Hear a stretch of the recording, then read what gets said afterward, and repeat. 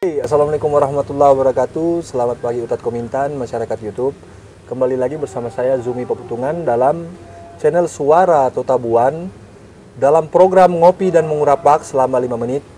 Kali ini kita mendapatkan kesempatan berbincang-bincang dengan salah seorang tokoh yang merupakan anggota legislatif Dapil Kota Mobagu Timur Utara yang memiliki julukan yakni Banting dari Timur atau biasa disapa kita kenal sebagai Bapak Adrianus Mokoginta, Sarjana Ekonomi. Kita akan bertanya-tanya kepada beliau tentang niatan beliau untuk maju kembali sebagai calon anggota legislatif tahun 2019 nanti. Untuk lebih jelasnya, ayo kita langsung ke dalam.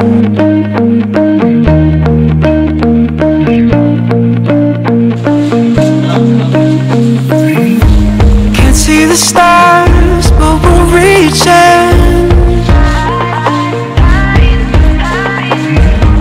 Trying to get through the dark, I'm feeling.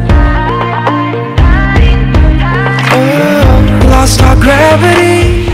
Now we're waiting. Siapa? Alhamdulillah sehat. But I know in my heart we can take this. We got monsters in our closets, had a reason, but we lost it. No direction. We've been calling through the night, through the night. Ada ungkapan terkenal mengatakan bahwa don't just the book but its cover, atau jangan melihat isi buku itu dari sampulnya. Saya berjumpa dengan Bapak, apalagi dengan tampilan Bapak yang bisa dikatakan bertato dan lain-lain. Ada kan persepsi masyarakat yang negatif soal wakil rakyat yang bertato. Bapak menanggapi hal tersebut seperti apa? Saya mencoba untuk tampil untuk membuktikan kepada publik bahwa tidak semua yang bertato itu identik dengan yang negatif. Iya. Dalam perjalanan karir saya di politik, saya sampai dengan detik ini dari muda sampai dengan saya berkarir bahkan sebagai anggota DPR, saya belum pernah terkait dengan yang namanya kriminal. Iya. Dan itu image itu akan saya pertahankan, dibuktikan dengan saya selama menjabat menjadi anggota DPR. Artinya ketika menjadi pejabat, niat saya bagaimana untuk mensejahterakan rakyat. Dan komitmen saya untuk tetap menjadi politisi yang bersih adalah komitmen dalam diri saya untuk bagaimana menjalankan amanah rakyat ini. Saya tidak akan seperti yang lain ketika mendapatkan kekuasaan biasanya untuk menzolimi orang demi kepentingan pribadi.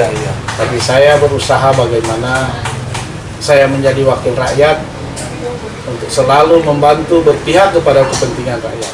Oke, melihat hasil yang dicapai menyangkut terkait perhitungan suara 5 tahun lalu, di mana Bapak meraih hasil yang cukup signifikan waktu itu kan, sekitar 1000-an lebih suara. Sementara Bapak hidup sehari-hari tengah-tengah masyarakat yang heterogen. Jadi, apa kias itu Bapak sehingga bisa meraih hasil yang Tangga adalah keluarga terdekat saya. Dan teman-teman bagian dari hidup saya, dan saya biasa hidup bersama dengan mereka, dan komitmen itu yang saya pegang. Bagaimana ketika saya berada di atas untuk bisa mempengaruhi satu kebijakan-kebijakan pemerintah yang dimana bisa berpihak kepada masyarakat, dan tujuan saya untuk mengangkat harkat dan martabat dari lingkungan saya yang selama ini yang mohon maaf. Karena masyarakat di sini kan yang kita ketahui bersama mayoritas adalah pendatang, bukan penduduk asli Bolang Mongondo. Nah, sehingga mereka dari kebijakan-kebijakan pemerintah yang sebelumnya merasa bahwa mereka merasa sebagai masyarakat kelas 2. Tapi saya tampil di sini, saya hadir di sini di tengah mereka dengan kebersamaan kita. Saya ingin menghapus image itu bahwa sebenarnya pemerintah tidak berniat untuk mengkotak-kotakan masyarakat.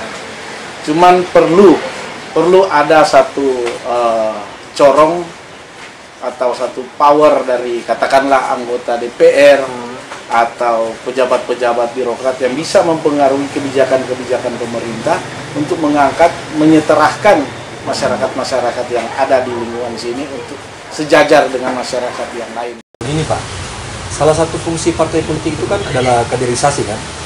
Lalu sekarang ada fenomena terkait politisi yang loncat partai.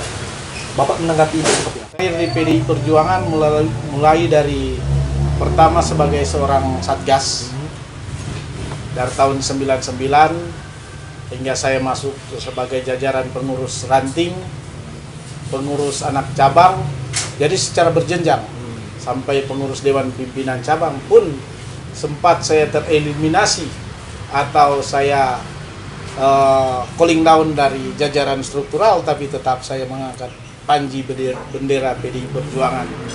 Dan walhasil pada tahun 4 tahun yang lalu saya mencalonkan diri dan saya terpilih sebagai PDI Perjuangan, dan saya berkomitmen untuk menjaga marwah dari PDI Perjuangan itu tersebut.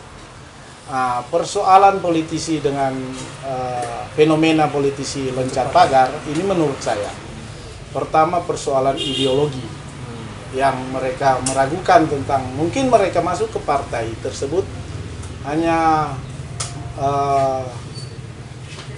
untuk mengejar kepentingan jabatan mereka. Ketika mereka tereliminasi di partai, saya tidak memaksakan mereka untuk mengikuti jejak saya harus konsisten bertahan di situ, karena itu adalah pilihan mereka. Tapi menurut saya, kalau pertanyaan Anda tadi mengenai fenomena politisi lompat pagar, karena mungkin keinginan atau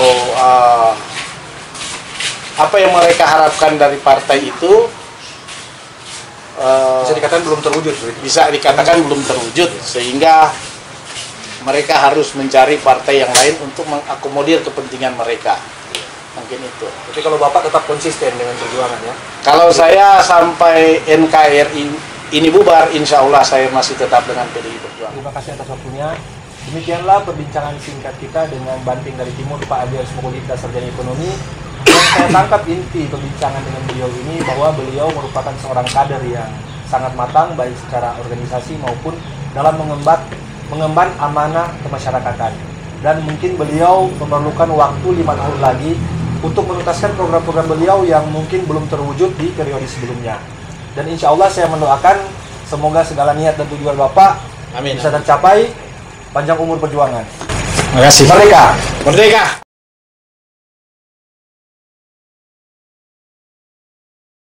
Oke, Ustadz Komintan, demikianlah perjumpaan kita dalam program Ngopi dan Mengurapak selama 5 menit bersama saya Zumi Peputungan.